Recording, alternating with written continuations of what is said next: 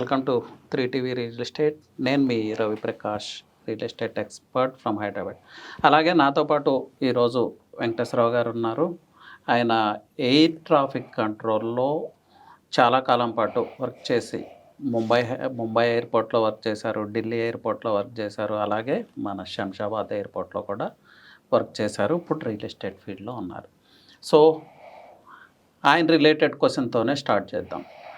నమస్తే వెంకటేశ్వర గారు. నమస్తే అండి. సార్, ఇప్పుడు సిటీస్ అనేది ర్యాపిడ్ అర్బనైజేషన్ జరుగుతూ ఉంది ఇండియాలో.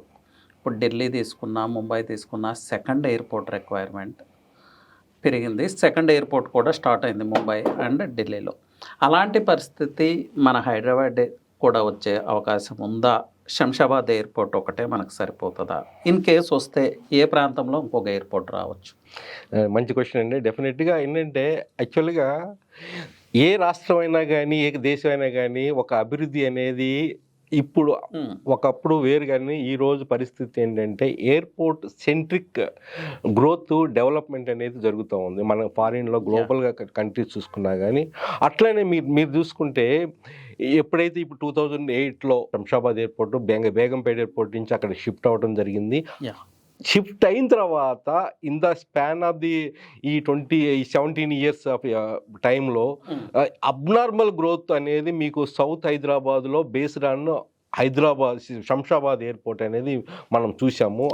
దానివల్ల కూడా ఔటర్ రింగ్ రోడ్ కూడా అదే టైంలో ఆల్మోస్ట్ 2015 ఆ ప్రాంతంలో రావడం వల్ల, పూర్తిగా నేను చెప్పేది రావడం వల్ల కూడా ఇది ఎన్హాన్స్డ్ యాక్చువల్లీగా గ్రోత్ ఫ్యాక్టర్స్ అన్నమాట అక్కడ వచ్చింది.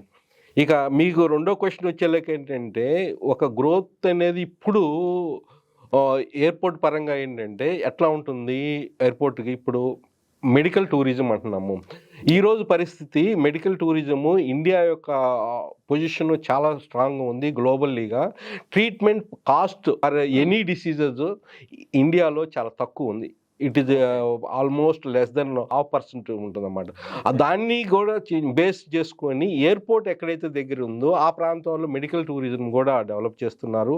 అట్లనే ఎక్కడైతే ఒకప్పుడు ఎయిర్పోర్ట్ అనేది ఓన్లీ స్పెసిఫిక్ క్యాటరైజేషన్ జరిగేది, ఏది ఓన్లీ ఎయిర్పోర్ట్ ఆపరేషన్స్ వరకే. ఈరోజు ఎయిర్పోర్ట్ అనేది ఓన్లీ ఎయిర్పోర్ట్ ఆపరేషన్స్ కానీ it is becomes a integrated commercial, retail space, entertainments, almost logistics అన్ని చోట ఇక్కడ చూసుకున్నా కానీ మనకి 6 పోర్ట్స్ వస్తున్నాయి ఇక్కడ.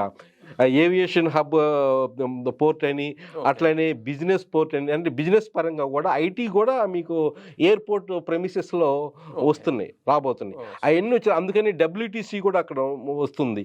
ఇవన్నీ వచ్చిన తర్వాత ఒక ఎంప్లాయ్మెంట్ జనరేషన్ కానీ ఒక variation of the development growth అనేది ఆ విధంగా ఉండబోతుంది. అట్లనే ఇక్కడ ఎడ్యుకేషన్ పోర్ట్ కూడా ఒకటి రాబోతుంది. ఫన్ పోర్ట్ అని, ఎంటర్టైన్మెంట్ ఏదైతే ప్యాసింజర్స్ కానీ గ్లోబల్ లెవెల్గా ప్యాసింజర్స్ వాళ్ళకి తగ్గట్టుగా, అట్లనే మెడికల్ టూరిజంని ఎంకరేజ్ చేసే విధంగా ఆ విధంగా, అట్లనే డిఫరెంట్ లాజిస్టిక్ పర్పస్ కూడా ఉంటుంది. ఇంకోటి వచ్చేలకి సెకండ్ ఎయిర్పోర్టు కావాలా వద్దా అనేది చూసుకుంటే ఎస్పెషల్లీ తెలంగాణకి ఏంటంటే ద గ్రోత్ అనేది గ్రోత్ పారామీటర్స్ హైదరాబాద్ సెంట్రిక్ అవుతుంది. దానివల్ల ఏంటంటే మిగతా టౌన్స్ని లైక్ వరంగల్ కానీ, మహబూబ్ నగర్ కానీ, కర్నూలు కానీ వీటిని డెవలప్ రావట్లేదు. ఎందుకంటే ఒక విధంగా వీళ్ళు ఎక్కువ ఫోకస్ చేస్తుంది ఓన్లీ హైదరాబాద్ వలన.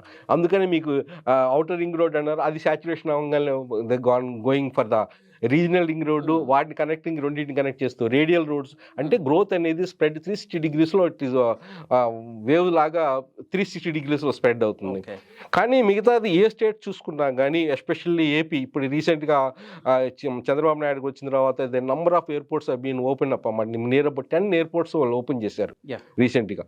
అట్లానే అంటే ఎయిర్పోర్ట్ కూడా ఒక కీలకం అనేది, అభివృద్ధికి అనేది ఒక కీలకం అని మనం పెట్టుకోవచ్చు. ఎన్ని ఎయిర్పోర్ట్స్ ఉంటే అంత డెవలప్మెంట్ అక్కడ వస్తుంది ఆ రాష్ట్రానికి అనేది ఒక కీలకం అనేది మనం పెట్టుకోవచ్చు.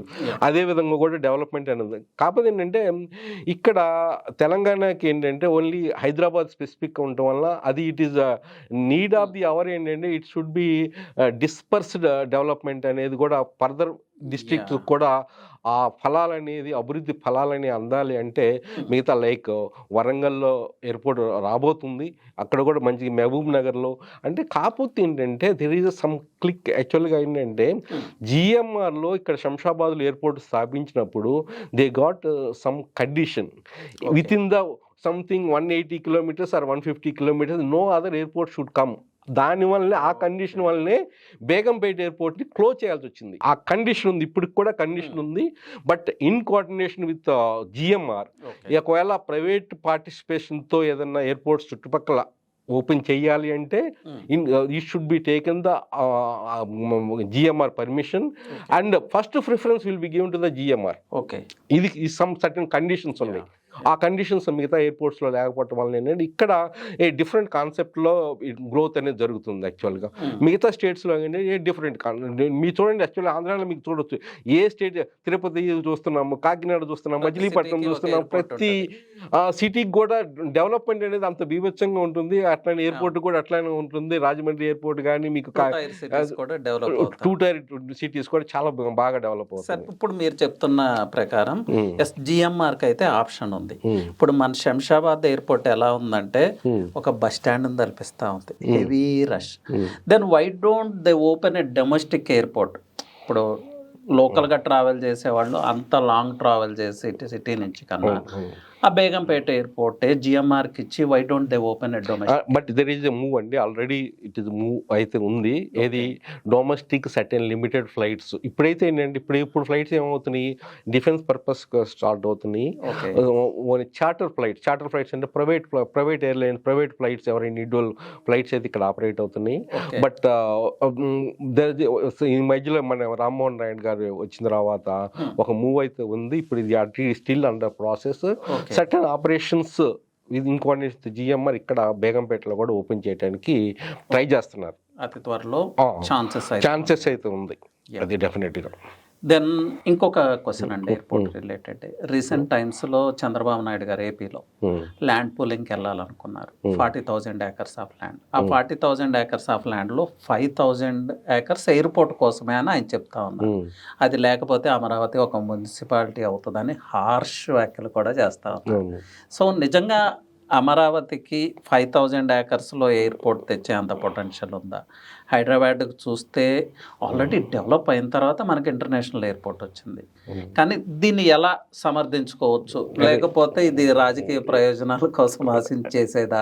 యాక్చువల్గా ఏంటంటే మీకు ఇక్కడ ఈ ఎయిర్పోర్ట్ కూడా శంషాబాద్ ఎయిర్పోర్ట్ కూడా it is near about 5,050 acres of the land. Almost ఇందులో ఒక 2,500 3,000 acres వరకే ఎయిర్పోర్ట్ ఆపరేషన్స్ వరకు యూటిలైజ్ చేసింది. మిగతాదంతా నేను చెప్పినట్టు ఇందాక 6 ports, commercial, retail, different business purpose కూడా ఉపయోగించబోతున్నారు. చంద్రబాబు నాయుడు గారు ఈ must have got a vision to develop such extent of these 5,000 acres of the land with the Amaravati. Because Amaravati what is concept is a different concept is going. Okay. Is going up the development, especially in the IT. I mean, rather it is all integrated. All global universities, already some universities have come. Prestigious universities have come.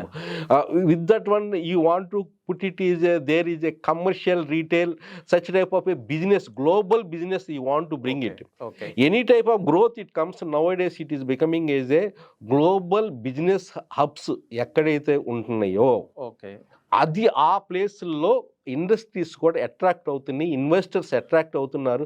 ఎప్పుడైతే investors global level investors కానీ global level industries కానీ advance technology like semi conductors కానీ మీకు అట్లనే artificial intelligence కానీ defence production కానీ ఏదైనా కానీ ఈరోజు పరిస్థితి ఏంటంటే దే వాంట్ సమ్ ల్యాండ్ అండి. ఇప్పుడు I maybe we must by having the vision of the that land not only for the airport. He is taking on the name using the name only for the airport, but in further it may be used for the growth purpose. అదే visionaries think differently అంటారు, maybe అలాంటి concept కావచ్చు. So ఇప్పుడు మీరు చెప్పిన దాని ప్రకారం నాకు అర్థమైంది ఏంటంటే ప్రపంచంలో ఏ అర్బన్ సెంటర్కి వెళ్ళినా symbol of growth is airport. So హైదరాబాద్కి కూడా సింబల్ ఆఫ్ గ్రోత్ మన శంషాబాద్ ఎయిర్పోర్ట్. సో ఇప్పుడు ఈ శంషాబాద్ ఎయిర్పోర్ట్ని బేస్ చేసుకుని రియల్ ఎస్టేట్లో వచ్చిన మార్పులు చేర్పులు, దీనిలో ప్రోస్ ఉన్నాయి, కొన్ని కాన్స్ ఉన్నాయి అని కూడా చెప్తారు. ఫ్లై జోన్ ఉండటం వల్ల, లేకపోతే పర్టికులర్గా బెంగళూరు హైవేలో 111 జీవో ఉండటం వల్ల ఎయిర్పోర్ట్కి అటాచ్డ్గా ఉన్న ఏరియాస్ డెవలప్ కాలేదు. సో వీటిని ఎలా అధిగమించాలి? చూడండి, ఎయిర్పోర్ట్ అనగానే ఎయిర్పోర్ట్ వల్ల 111 జియోకి there is no linkage actually, but you airport has got some restrictions of the high rise buildings because you got a height restrictions. Because the aircrafts use to fly అవుతాం వల్ల కొన్ని height restrictions ఉంటాయి. దానివల్ల కూడా ఏంటంటే ఒక NOC అనేది cell అనేది ఉంటుంది. అది కూడా మా ఏటీసీ వాళ్ళే డీల్ చేస్తూ ఉంటారు. They give the permission as per the depending on the height of the elevation of that locality where the buildings are coming. దానివల్ల ఏంటంటే కొంతవరకు సరౌండింగ్ ఒక హార్డ్లీ ఒక 10 కిలోమీటర్స్ సరౌండింగ్ రేడియస్ కొంతవరకు ఎఫెక్ట్ ఉంటుంది. హైట్ ఓన్లీ ఇప్పుడు చూడండి, మీకు చూసారో లేదో, ఇప్పుడు సాతం రాయి, గుడ్వెల్ ఆ ప్రాంతంలో మోర్ దెన్ 15-20 ప్రాజెక్ట్స్ వస్తున్నాయి. ఎవరెవరండి? రామ్కీ వాళ్ళు, గోద్రేజ్ వాళ్ళు, ప్రెస్టేజ్ వాళ్ళు, different, but they are all mostly above 20 floors. up to 30-32 floors also it is coming. అంటే డెవలప్మెంట్ గ్రోత్ అనేది it will not be obstructing the airport, but very near to the airport it may be effecting because of this aviation standard restrictions concern.